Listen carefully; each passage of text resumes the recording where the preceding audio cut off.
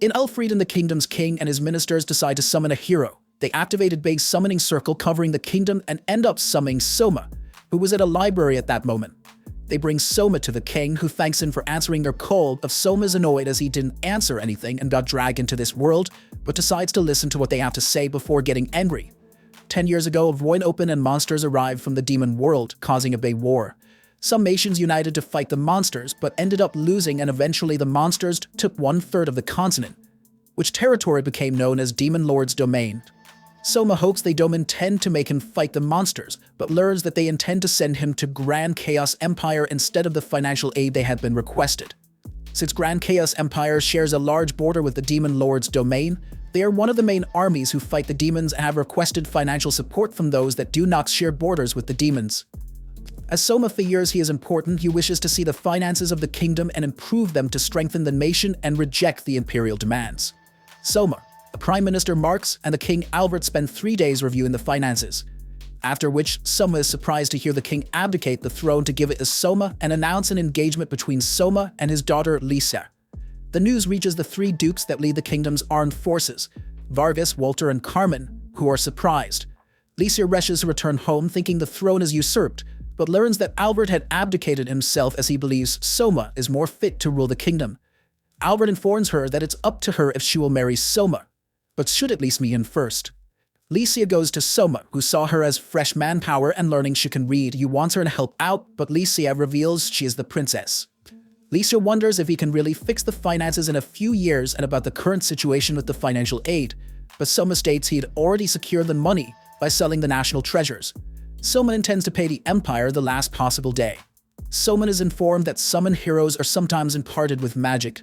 He is taken to a gargoyle-like small statue, which if he touches will tell in his mind what nature of magic he may have. As he touches it, a statue shines and Soma learns he can use magic. Lisa enters Soma's office and is surprised to see people working there. She notices pens moving on her own and writing documents and realizes it's Soma's magic. With that, he is able to deal with paperwork faster. Lisa asks about the other people in his office and Soma explains that they are looking for untapped money if there are wasted expenses or misappropriation disguised as expenses and will receive the responsible parties to return the missing amount or be arrested.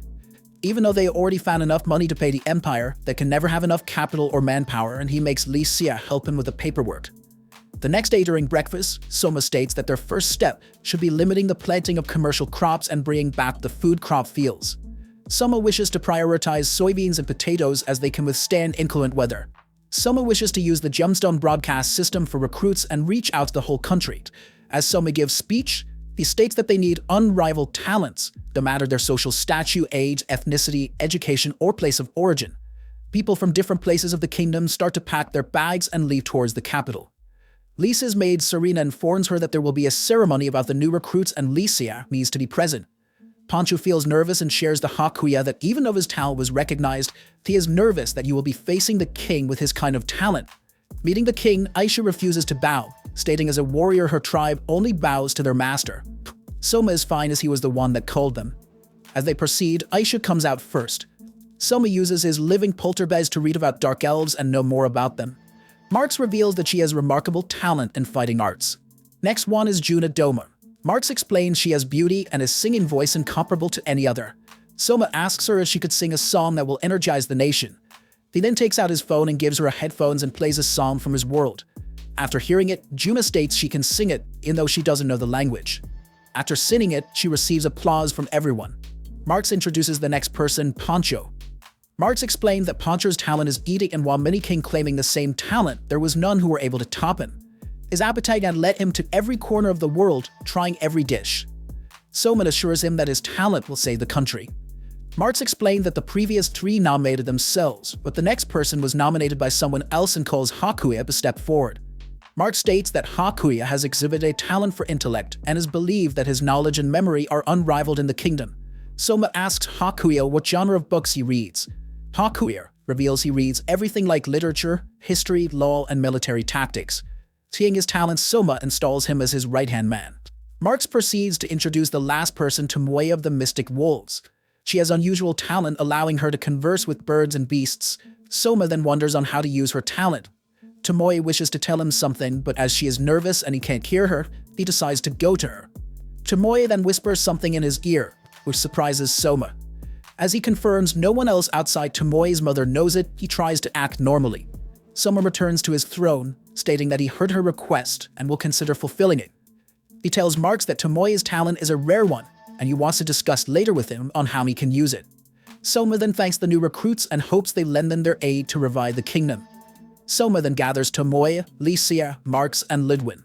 Soma explains that Tomoe told him that she talked with a demon. Soma states that mankind is currently united and is fighting the demons, but if people learn they can communicate with the demons, there would be some that will attempt to forge an alliance with them. Soma receives news of Poncho's return and takes Licia to meet him. Poncho comments that he managed to get all the food he was after. Using the broadcast system, Soma explains that the broadcast is designed to help until the food shortage is resolved by introducing foods that can be eaten and how to prepare. Later, Marks explains to Soma that Elfrieden Kingdom's military force is about 100,000 people. The army led by Duke Carmen, the navy led by Duchess Walter, and the air force led by Duke Vardis. Further, the Forbidden Army is comprised of the Royal Guard that reports to the king and the private armies of the noblemen other than the Free Dukedoms. Additionally, mercenary units dispatched as part of a service contract with the mercenary state Zem fall under the Forbidden Army, but their employment has already been terminated. The reason is that soldiers who fight for profit would readily switch sides if there is greater profit. Soma contacted the three dukes for a reform, but none have replied back. However, that gives Soma some free time. A week later, Marks informs Soma that he wishes to step away from being a prime minister and recommends Hakuya to take over his position, and Soma accepts. But since Marks knows the national treasury is in dire straits, so he will continue serving the king for a salary. Hakuya then makes a suggestion for Soma to take some time off. He then proposes that he take Lisa to a date around the castle to deepen their intimacy. They could take Aisha as guard to be safe. The three of them dress in the military academy uniforms, and as they enjoy walking around town, they eventually get hungry and decide to go eat at Juna's cafe. At Juna's cafe, Soma sees a mystic wolf girl raising her voice, but is corrected it's a mystic fox, and that if he mistakes it in front of them, both the mystic wolf and mystic fox would be angry. They see she's talking with Halbert Magna, the oldest heir to the prestigious Magna family. As he is supposed to have a post in the army, Licia wonders why he is in the capital.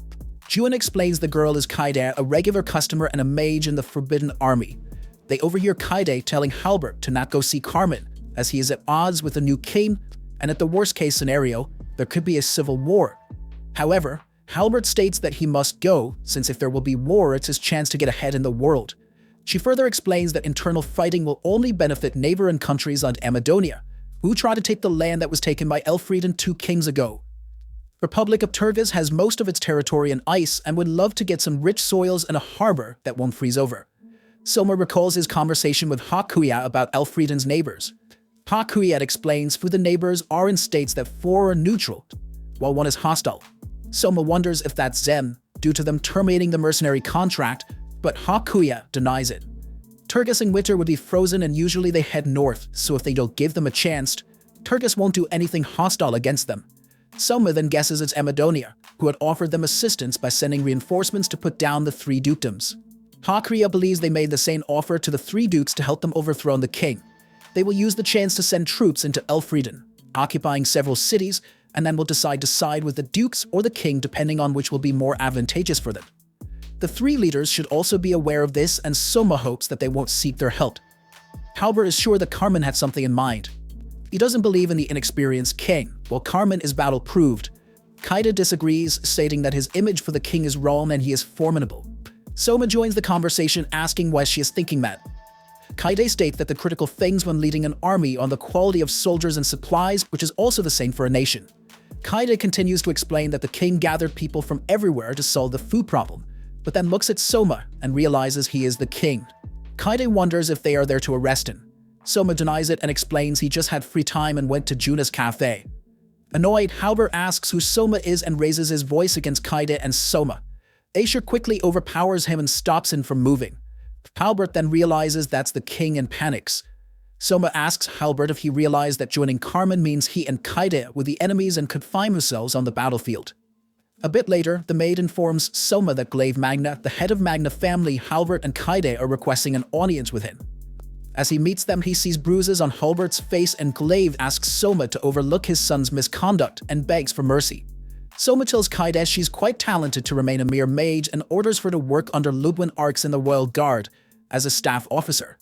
Soma then orders Halbert to be transferred from the army to the Forbidden Army and be Kaide's adjutant, standing by her and supporting her.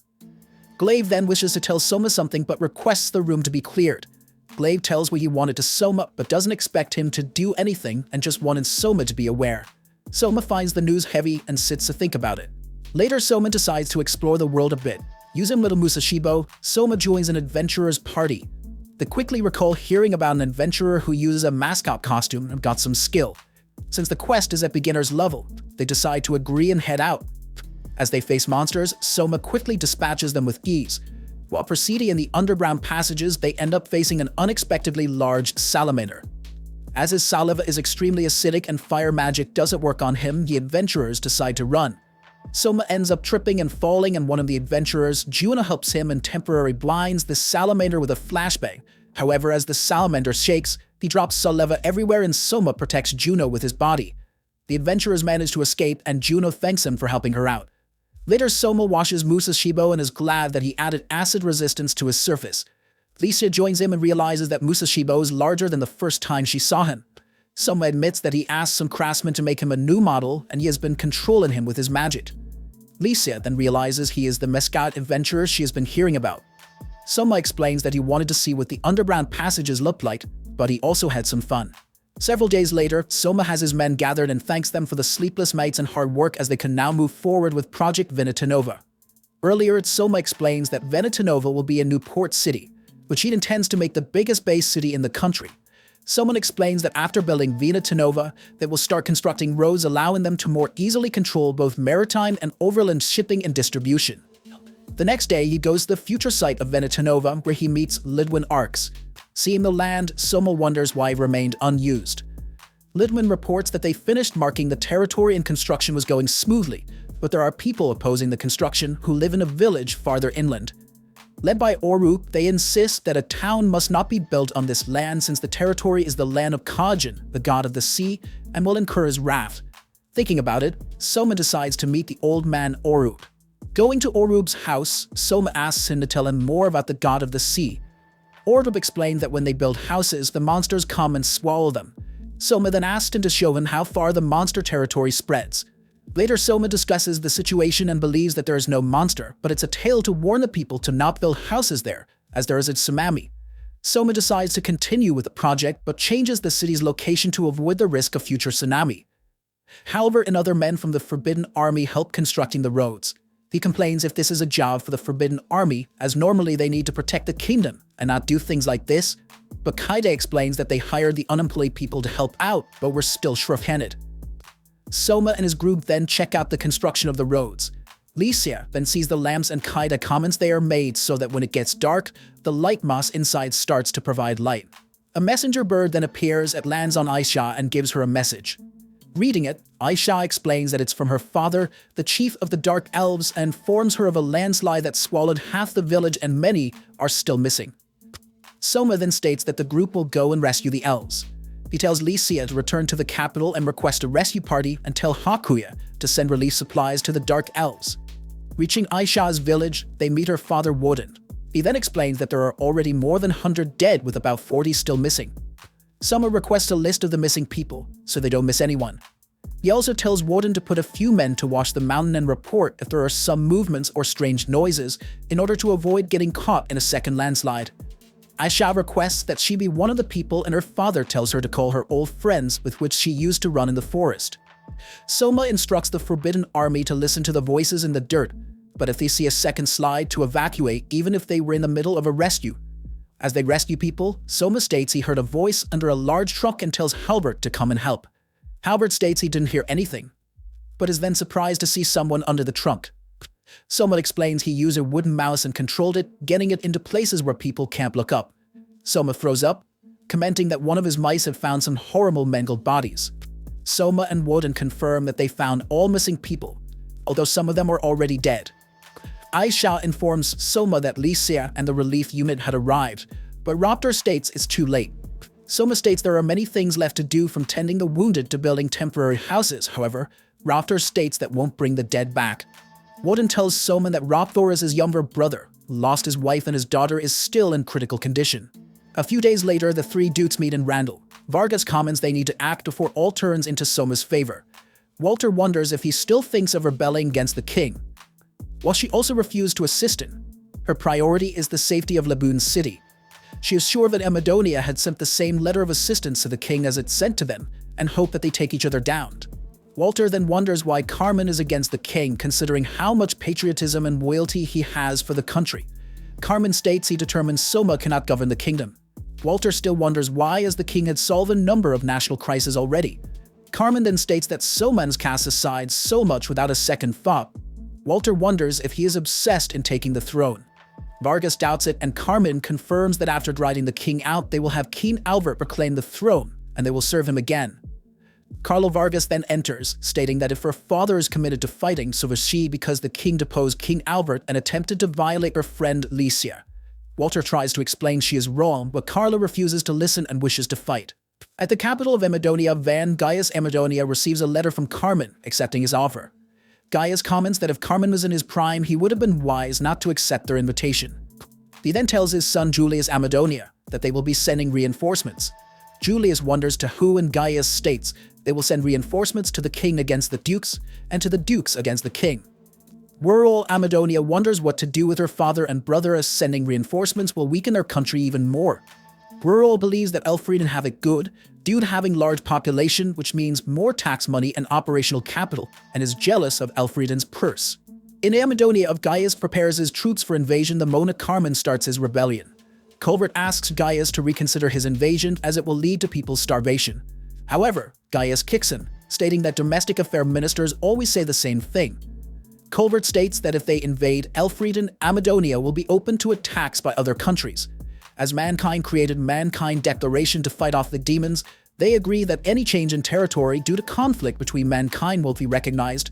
Gaius prepares to draw out his sword, but Julius stands between his father and Colbert, stating that won't be a concern, since Elfrieden haven't signed the Mankind Declaration. Gaius then tells Colbert he is no longer the finance minister. Outside, Colbert meets Rorola, who tells him to come with her as they are going out of sight. Soma meets with the three dukes. As they introduce themselves, he issues his ultimatum. If they continue to disobey him, he will consider them traitors. Walter asks him what his intentions for the three dukes are, and Soma states that if they obey him, he won't be taking any actions against them.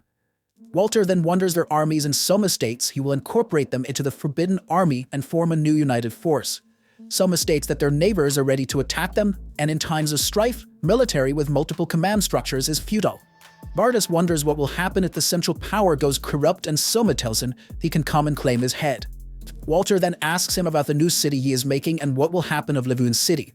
Soma explains the new city is planned as a port of trade, as well as a tourist spot, and Lagoon City will continue to serve as naval port. Walter is relieved to hear that. She then bows down and states that she and the Navy are at his command. Soma asks Vargas to do the same, but he says that 100 of the Red Dragon City Knights will be joining Carmen, but the remaining Air Force will remain neutral. Soma turns to Carmen but states he won't be asking him, as the moment he accepted the nobles guilty of corruption, it was evident he had no intention of following him. However, he wonders what stirred him so intensely. Carmen states that his pride as a warrior, as he gains supreme opportunity, he will decide the fate of Elfrieden through his own acumen. Before they head into battle, Soma has one proposal. As he believes they don't want the fight to drag and involve innocent civilians, he would like to establish a rule that if they kill or capture the other, the forces under their command immediately switch to their side. Carmen and Vargas agree to that. Before Carmen leaves, Licia calls him and cuts her hair, showing her resolve to strive with Soma. As Carmen and Vargas leave, Soma apologizes to Walter that he wasn't able to convince Vargas, but she states it was his decision. Soma wonders if Juna is there, and Juna shows herself. He thanks her. Because of her connections, they won't fight against Duchess Walter. Hakavia informs Soma that 30,000 troops from Amadonia are invading through a mountain pass and are likely to occupy the city of Altamura. Reaching Altamura, Gaius Amadonia likes the soil and how much the land can provide. Weist, the Lord of Altamura, tells him that Altamura won't be fighting back in hopes for mercy, but wish to wait a bit before they open their gates, as it's currently divided into two factions, those that want to fight back and those that don't want to. As Weist leaves, he states that he will behead him once they take over the fortress. With Forbidden Army being 10,000 and Carmen's 40,000, Gaius is sure that Soma won't be able to send help. Meanwhile, as the negotiations between Soma and Carmen failed, Soma immediately mobilized the Forbidden Army, and the next day they were able to build a fortress near the Randall Castle, where Halbert and Kaede are currently fighting the enemy. With Kaida's magic and materials prepared earlier, they were able to build the fortress quickly and protect it from magic and fire attacks. However, the enemy brings out cannons, who start to damage the fortress. Sur, a dark elf, then appears and shoots at the cannons before they hit the walls. Woodwind then leads a cavalry outside the fortress, focusing only on destroying the cannons. The corrupt aristocrats complain to Carmen that his army is weak. He assures them that they are 4-to-1 in size and they won't lose. Carmen is sure that Soma isn't in the fortress as they have been only defending, but if Soma was there, they would have tried some sort of an attack. However, as he doesn't know where he is, he needs to lure him. Gaius loses his patience and decides to attack Altamira. However, in that moment, he hears men yelling from the fortress. A soldier informs him that Weist wishes an urgent audience with him. Weist offers gold dust as apology and asks him to not attack until noon the next day to give him time to convince the men. With Julius' approval, Gaius agrees. Inside Altamira's fortress, Weist wonders if this was the correct choice, because with that amount of gold they could have hired mercenaries from Zem. Walter states that the mercenaries are driven by money and can change sides.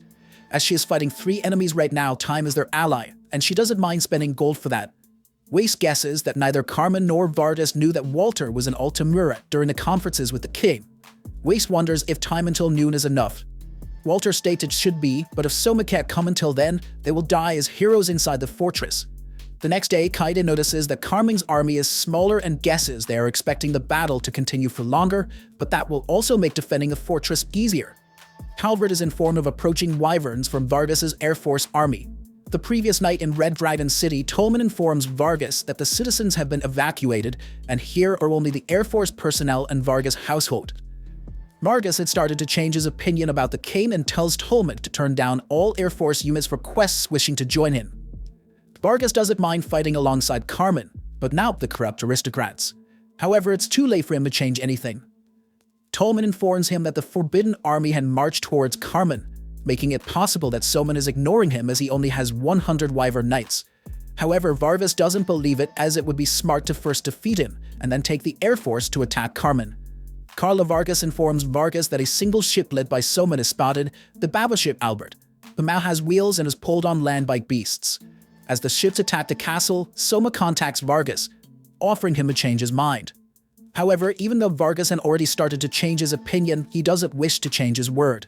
Carl leads the Wyvern Knights preparing to bomb the ship cannons, but Soma uses bolt throwers, surprising them as usually. Bolt throwers are fixed-base defensive weapon used for defending bases. One of the soldiers suggests they attack the wheels since they are improvised and must be weak. Carla doesn't wish to attack the bridge as Licia could be there, and killing Soma could also upset her. She starts to believe she should have changed her father's mind and joined Soma, but as it's too late now, she orders the knights to go lower and attack the wheels.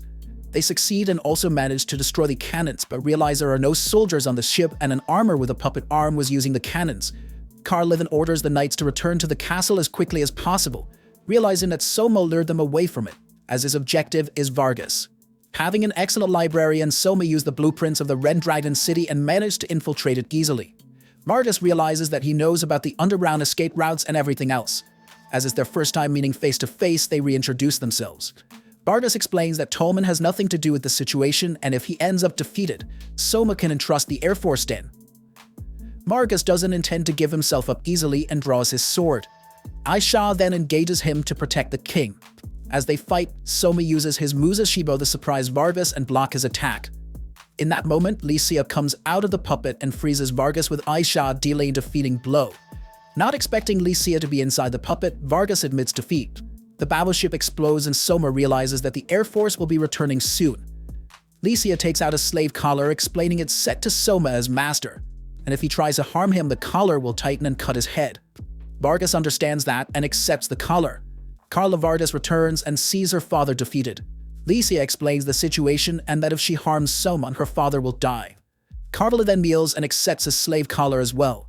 Soma then grants Tolman temporary commission of Air Force General and to take the Air Force and join the Forbidden Army. Tolman agrees but wonders what will happen to Vargas and Carla. Soma explains their case will be reviewed once the fighting is over. Near the Randall Castle, Halbert notices the incoming Air Force, but as they pass them, Kaede realizes they have won the gamble. Tolman leads the army and tells them to not attack the residential sections. Soma joins Halbert and Kaide. Seeing how freely Halbert talks with Soma surprises Carla, but Licia explains he has permission and is considered one of them. The corrupted nobles meet with Carmen, stating that the Air Force have betrayed them and wonder what to do. Hearing a report for the damages from Beowulf Gardner, Carmen comments that this means they have taken the people of the city as hostages, and that means it's their defeat. The nobles can understand as the army is virtually unscathed, and they can use the people as shields while hiding in the castle. That angers Carmen, questions their proposal. The noble can't see anything wrong sacrificing your subjects. Seeing what type of people the nobles are, Carmen then places slave collars on them and states it was outrageous to think that he would lower himself to their level. Carmen comments he had done his part and asked Beowulf to place a slave collar on him and then send a message of surrender, stating that he takes full responsibility and the soldiers only follow his orders, except the noble's army. Carmen takes out a wine gifted to him by King Albert. Beowulf then informs Carmen that Soma isn't entering Randall, but is already heading west with the Forbidden Army and ordered Carmen's army to follow the Forbidden Army when they regroup. Carmen realizes Soma is going for a bigger fish and celebrates accepting the king. Soma explains that Halbert's father, Blaive Magna, requested audience with Soma and told him that Carmen intends to gather all corrupt nobles, stage a rebellion with them and have the king stamp them out. As some could remain concealed and cause trouble, Carmen started confrontation with Soma to drive them out and join him. Blaive explains that Soma only took the property on the surface, but with their other assets. Now they have employed mercenaries from Zen. Soma comments that it means all their money will flow into Zen. At Altamura, Gaius Amadonia sees the time he set for Weiss's up, but notices Walter standing on the wall. As it should have taken her 3 days to come from Laboon City, Gaius and Julius wonder if she was here the whole time. Julius then realizes this is a trap and they must retreat. Walter then creates a large screen with her water magic. On it, Soma broadcasts a message to the whole country, stating that Duke Vargas and Carmen had been defeated and the civil war is over. However, he explains that Amadonia has used this chance and invaded their territory, as they want to take their land back from generations ago. Their current king Gaius promoted friction between Soma and the three dukedoms. Given this situation with the demon's army, they can't excuse their barbarism at a time like this and declares war against Amadonia. Soma is sure that Gaius is watching and states he is heading towards Amadonian capital Van. And while he is dabbling around at Altamura, he will burn down Van. Rural Amadonia receives news about Gaius returning to Van. She explains the shortest route back would be through the mountains, and they will travel through it at night, where they will be trapped. Gatsby confirms and explains that 30,000 entered the valley, but only 15,000 left it. Gaius sees all of the Elfrieden flags outside Van and guesses it has fallen, but Julius points out to him that the castle still hasn't fallen. Happy about that, he tells his army to attack the enemy. As the battle starts, Soma stays behind. Gaius tells Julius to exit battle. Julius wishes for Gaius to escape too, but Gaius explains that Elfrieden wants his head and can escape. Soma hears that Gaius is coming right in. Carla tells him to order her to defeat Gaius, explaining that she will be doing it for him, but to not see Licia sad. Soma then orders her, and she flies into battle. Lugman heads for Gaius and strikes him down, but realizes he is a double. Carla engages Gaius in a battle, but he pushes her to her knees. Soma's Musashibo then comes and engages Gaius, but Gaius pushes him back. Soma reveals himself and Gaius heads for him, however, Musashibo then jumps on Gaius and holds him. Soma tells Carla did met Musashibo and she fires him up, causing him to burst. As the smog clears, the top of Gaius' armor is revealed to have blown up, but he still stands. As he starts moving forward, stating he will show the backbone of Amadonia. Multiple arrows hit him. Gaius still manages to throw his sword at Soma, but the sword hits the ground right before Soma's feet and Gaius collapses. Later, Rorwell learns about her father's death and cries, stating he was dumb right to the end. Next day at Van's castle, Licia comments the place is nicely built. Leuven reports that Julius fled west and the princess had left the town before that with the finance minister and some key officials. Glaive reports the soldiers are in good spirit and with this momentum, it can conquer all of Amadonia. However, Soma explains they are not taking any more territory outside of Van and will be fighting. On the western part of the continent is the Grand Chaos Empire, who occupies the greatest amount of territory, and its population, military might, and technology is unmatched. With the appearance of the Demon Lord's domain, things changed and the Grand Chaos Empire took the lead of mankind. Their current leader, Maria Euphoria, created a Mankind Declaration to unite mankind against the monsters and stop warring and ethnic discrimination. At the Grand Chaos Empire imperial capital Valois, Jean Euphoria visits Maria and informs her that she is heading towards Van to meet the Hero King. Soma's work is increased due to Van. Hakuya informs Soma that a 50,000-strong army is heading their way from the Empire, but an advance party will arrive sooner. Soma, Junan and Tomori are out for a walk in the town. After eating and resting, Jean shows up. Jean tells that she planned on bringing her beautiful sister to plead with him, which would have made it easy for him to accept their demands. Jean proceeds to explain that her sister is viewed as a saint and everyone keeps her distance. They don't have anything to gain assisting Emadonia, but as her sister wants to treat everyone equally, they need to assist them. Soma realizes that Jean is also a realist. Jean then apologizes for Soma's summoning. He explains to Junan that since Elfrieden didn't sign the declaration and is far from the Demon Lord's domain, that other countries feel the nation is benefiting from it and demanded financial aid from Elfrieden. Grand Chaos Empire then made Elfrieden perform the hero summoning to make it look like they are providing support even though they didn't meet a hero. They also didn't expect the summoning to be successful.